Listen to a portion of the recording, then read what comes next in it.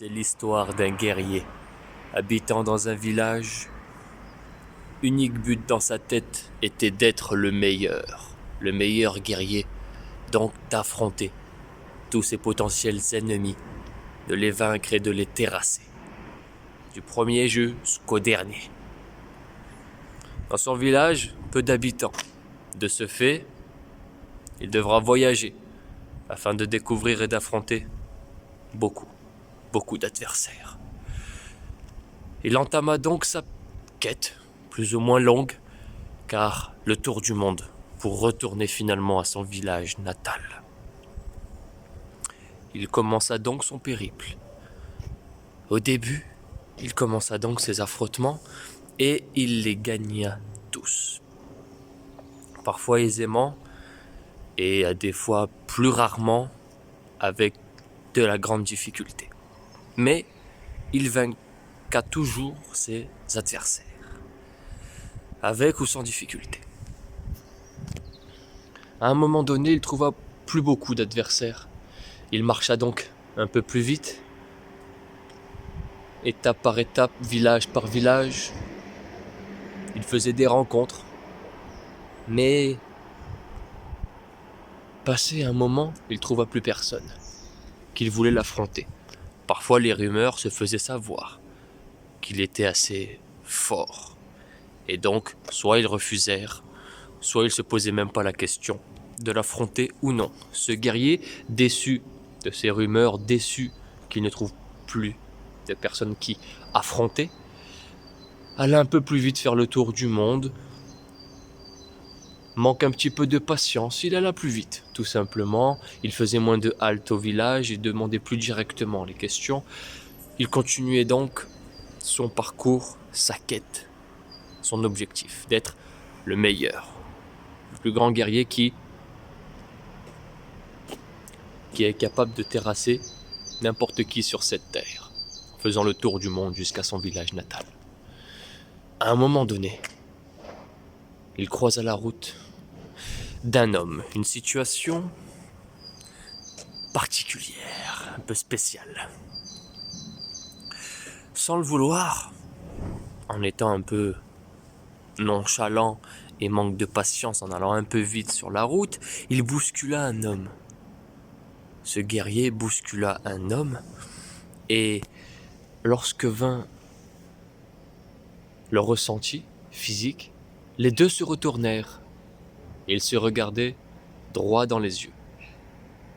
Cela durait 30 secondes, puis 1 minute, puis 1 minute 30.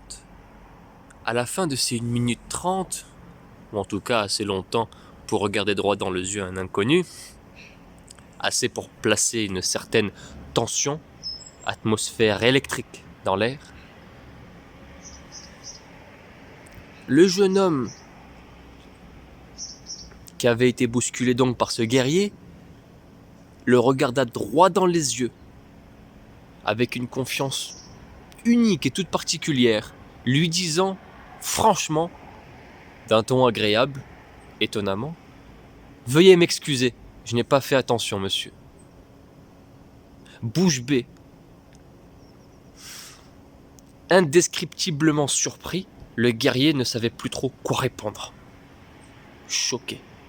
Que dire face à ces 1 minute 30 de tension presque irréelle, électrique, pour finalement avoir cet homme en face de nous, d'une allure franche, confiant et ancré d'une puissance indescriptible, lui dit au final qu'il s'excuse. Il regarda le guerrier droit dans les yeux et lui dit, avec des yeux remplis de flammes, encore une fois étrange, « Veuillez m'excuser, monsieur, je vous souhaite une bonne journée. » Il se retourna et partit vaquer à ses occupations, continuant sa vie, sa journée, belle, très certainement. Le guerrier ne comprenait pas trop. Le cerveau du guerrier et ses pensées vacillèrent. Il ne savait plus quoi en juger de cette situation, de cet homme qu'il venait de rencontrer. Retourné à son village, il réfléchit un long moment. en réfléchissant petit à petit à cet homme qui l'avait bousculé psychologiquement, qui l'avait étonné et qui l'avait fait vaciller ses pensées et peut-être même blessé indirectement, se dit finalement que cet homme modeste, confiant, rempli d'une flamme en lui indescriptible, aurait pu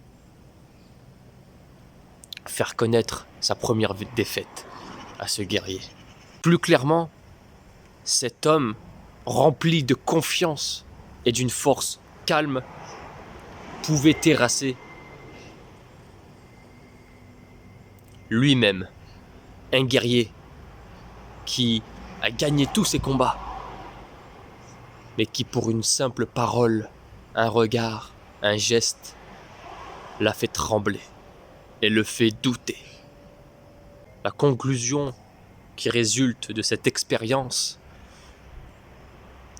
est que malgré notre force, malgré notre capacité, en prenant en compte tout cela, notre motivation, notre détermination à vouloir être meilleur, acceptons parallèlement à ça le fait qu'il peut toujours avoir meilleur que nous, ou plus humblement encore, qu'on peut en apprendre des autres. Oui, on peut trouver plus fort. Il a peut-être trouvé plus fort, ce guerrier. Sans même avoir des résultats tragiques, il a réussi à apprendre, à acquérir cette expérience, qui lui ont fait comprendre aussi que la force, et la force au combat plus précisément, se défendre soi-même et les autres, peut passer par le calme et non par la violence. Il peut y avoir plusieurs conclusions qui peuvent se ressembler, inévitablement, par rapport à cette histoire. J'ai choisi celle-ci en espérant qu'elle vous aura plu et surtout qu'elle vous aura fait comprendre le mental d'un guerrier fort et qui devient encore plus fort chaque jour, chaque instant, chaque moment de la vie.